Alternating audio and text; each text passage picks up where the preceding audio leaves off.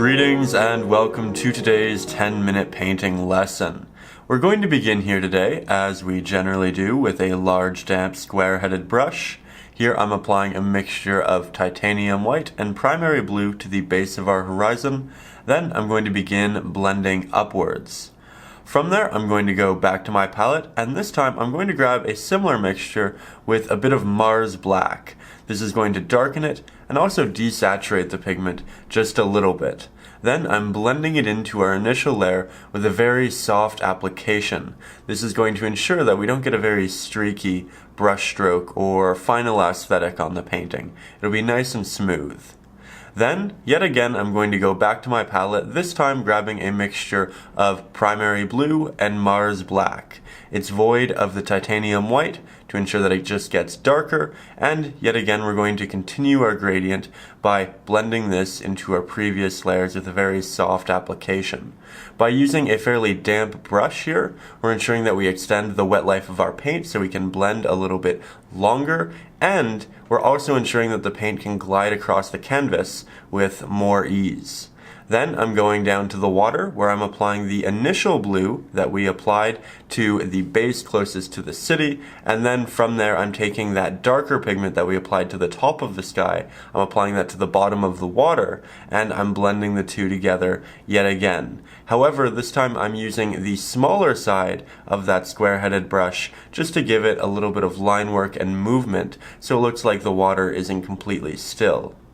Then I'm taking that same brush and I'm going to block in the bottom of our city here, as you can see. This is going to be done predominantly with square brush strokes, and as you can see, it's going to be higher when we get towards the middle of the city. And I'm doing this purposefully so that the eye goes towards the middle of the city and so that it has a focusing point on the city. If we were to make all of the buildings the same height, the city would be fairly mundane and there wouldn't be a place to rest your eyes on. It wouldn't be a captivating subject. So here we're ensuring that the middle is the tallest, and then as we move out to the right and the left hand side, it just progressively gets smaller and smaller. It's also worth noting that we've now switched over to the smaller square-headed brush, and we're doing this for a couple of reasons. The first being, it's fantastic for detail work. It's small, it's defined, we can work around really nice, intricate pieces. However, it can also still hold a good amount of paint because it is in the square shape, and it does have very sharp edges, which means by going up to the top of the mountain or going up to the top of the building and dragging down, we essentially render a full building, and it's a very quick and easy way of going about this. You could switch your brush to get different types of buildings as well. However, I'm finding that I can just kind of extend them. I can drag the paint out a little bit farther, or I can amalgamate them, as you can see here.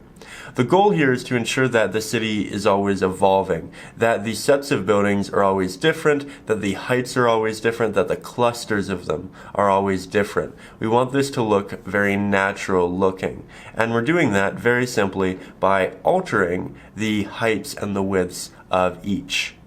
Now from there, I'm taking a little bit of black, it's very watered down, and I'm going to begin working in some reflections in the water.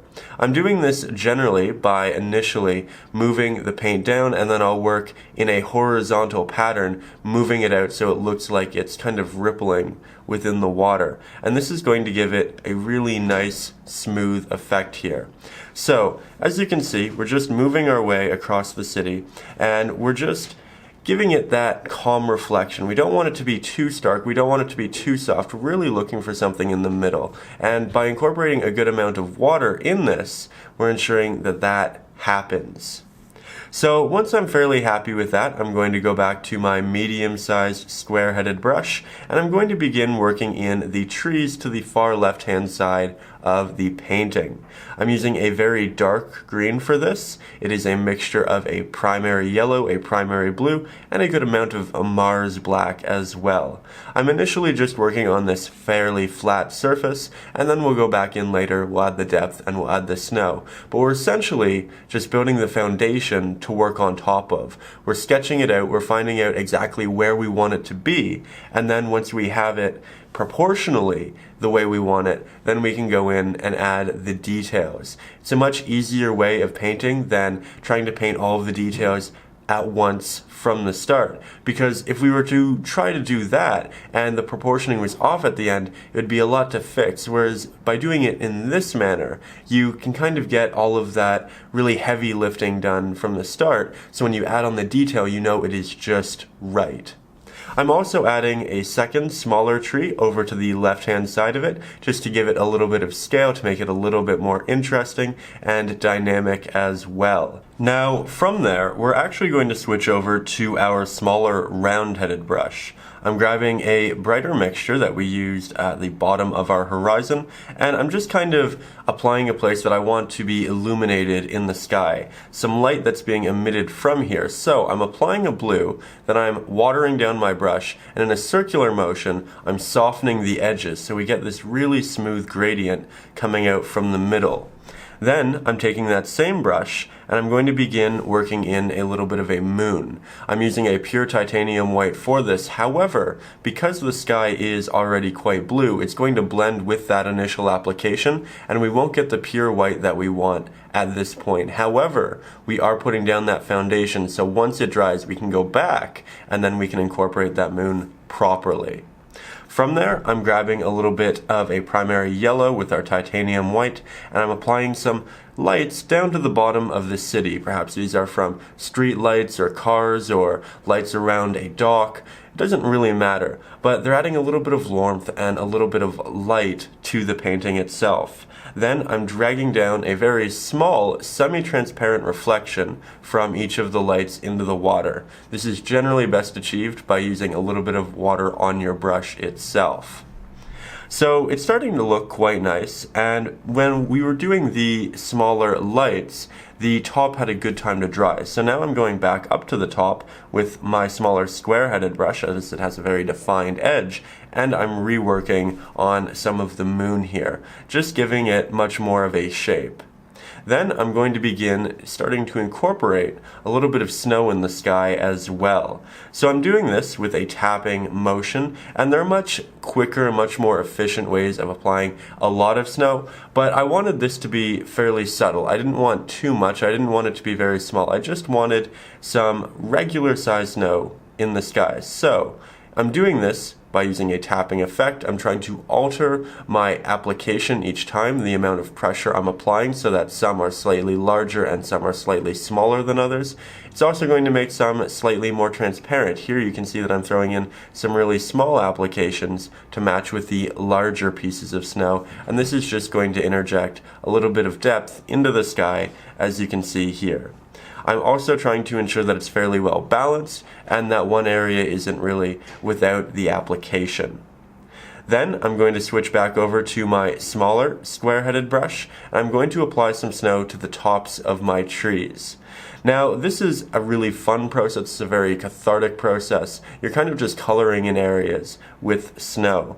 And what I generally like to do is at the top of the tree, I begin on the tops of the branches. However, as we get lower and lower in the tree, I begin at the edge of the branch and then I'll blend upwards, because the top of each branch will be covered by the branch above it and it won't be receiving any snow or light. So, it's really important that you kind of gradually build up the snow from the bottom of the branch rather than starting from the top. So here you can see that I'm doing just that, and I'm also using a bit of a blending process to do so as well. So it gets softer and softer and creates a little bit of a gradient as we move upwards. The snow gets more heavy and thick as we get to the edge of the branch, because there's simply more snow that can fall in that area because it doesn't have any disruptions. I'm trying to ensure that these snow patterns are fairly similar, but they're also altering and different. We don't want two areas to look exactly the same. This isn't man-made, it's snow that's falling on a very natural tree, and it's important that we keep that very natural aesthetic as well. I'm doing so with the tree in the background as well, but I'm doing so more with a little bit of a tapping effect just because of the sizing of the tree. When you're using a much smaller tree, generally it's best to apply the snow with a tapping application on the same angle as the branch itself. So from there, I'm going back in, I'm applying a little bit of additional titanium white to the edges of all of those applications, just because acrylics are so transparent. With that said, that is essentially our 10-minute version of the painting, but as per usual, I had a couple of additional ideas, and I thought I'd share them with you to kind of help you out and maybe elaborate on your painting. So from there, I added a little bit of a glow to the outside of the moon, I added some white to fix it up, and I began throwing in some out of focus snow. And we do this by applying a very watery white to the canvas and then blending it out with our finger. It makes this much larger, much more transparent application that looks like the snow is very close to us and it's out of focus. Then I'm taking an old square-headed brush, some primary red, and I'm applying some tinsel to these trees, as you can see here. Then I'm taking some additional applications, applying them because it is transparent, taking some titanium white, applying that on top to give it a bit of a sheen. Then I'm adding some little ornaments with a yellow, a gold would also work fantastic, and I'm applying some additional highlights into the snow as well, which is falling. But with all of that being said, that is our 10 to 11-ish minute painting. I truly hope you've enjoyed. I hope you feel like you've learned something. If you'd like to learn more, there is a link in the description to my ebook, Acrylics for Beginners. It is 30% off until the end of this year. And if you'd like hour-long lessons just like this, where I also show you my color palettes, when we're mixing paints, all of the things we don't have time for, there is a link in the description to that. We have some winter paintings up on there, and we have just a litany of other paintings as well. It's a full library. But anyways, I post every Saturday. I hope to see you next Saturday. Thank you so much for sticking around, and above all, as always, stay creative.